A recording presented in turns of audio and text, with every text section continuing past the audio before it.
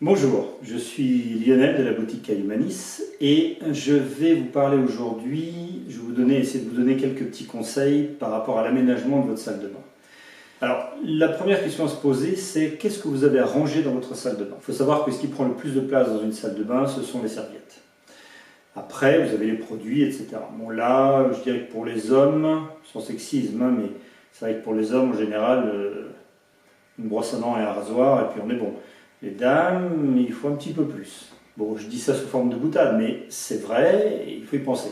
Alors, meuble simple ou meuble double? Ça, tout va dépendre de combien vous êtes dans la maison, à combien vous êtes au même moment dans la salle de bain. Ça, c'est un petit peu la logique qui va le dicter.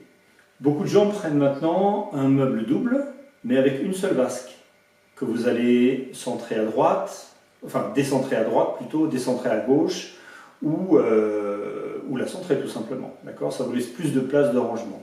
Ensuite, vous allez voir pour la colonne. Est-ce que vous pouvez vous permettre, au niveau de la place, de mettre une colonne? Dans ce cas-là, vous allez pouvoir ranger les serviettes, etc. dedans, et vous allez pouvoir vous permettre d'avoir un meuble beaucoup plus aéré, beaucoup plus design, disons.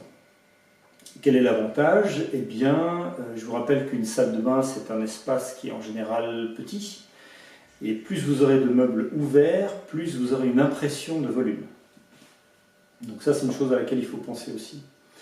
Si vous ne pouvez pas mettre de colonne, à ce moment-là, je vous suggère de mettre un meuble simple, un meuble double ou simple, suivant, mais fermé, qui va permettre de ranger, d'avoir un espace de rangement beaucoup plus important.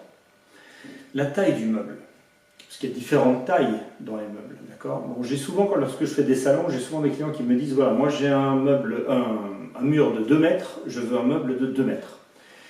Moi je ne vous conseille pas ça, je ne leur conseille jamais ça. Pourquoi? Parce que les gens qui achètent chez nous, chez Cailloumanis, bon, vous aurez remarqué qu'on fait quand même des meubles qui sont assez recherchés au niveau design. Bon, après on aime ou on n'aime pas, ça c'est un autre problème.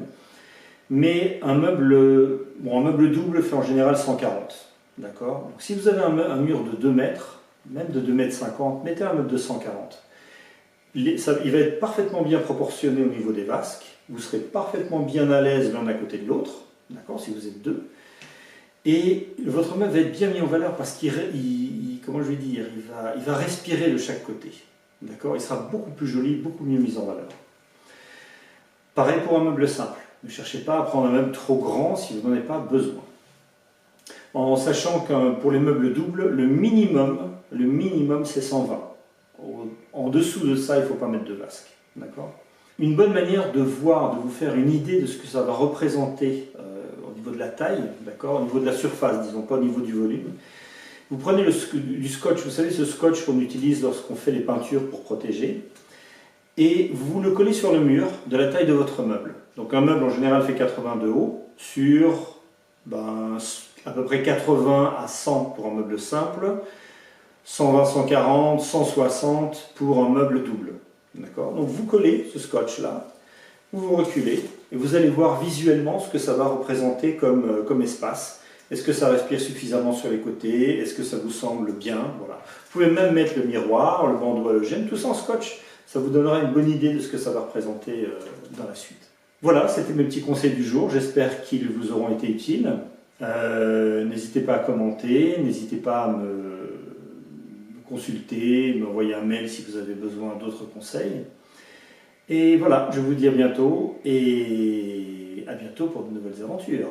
Au revoir.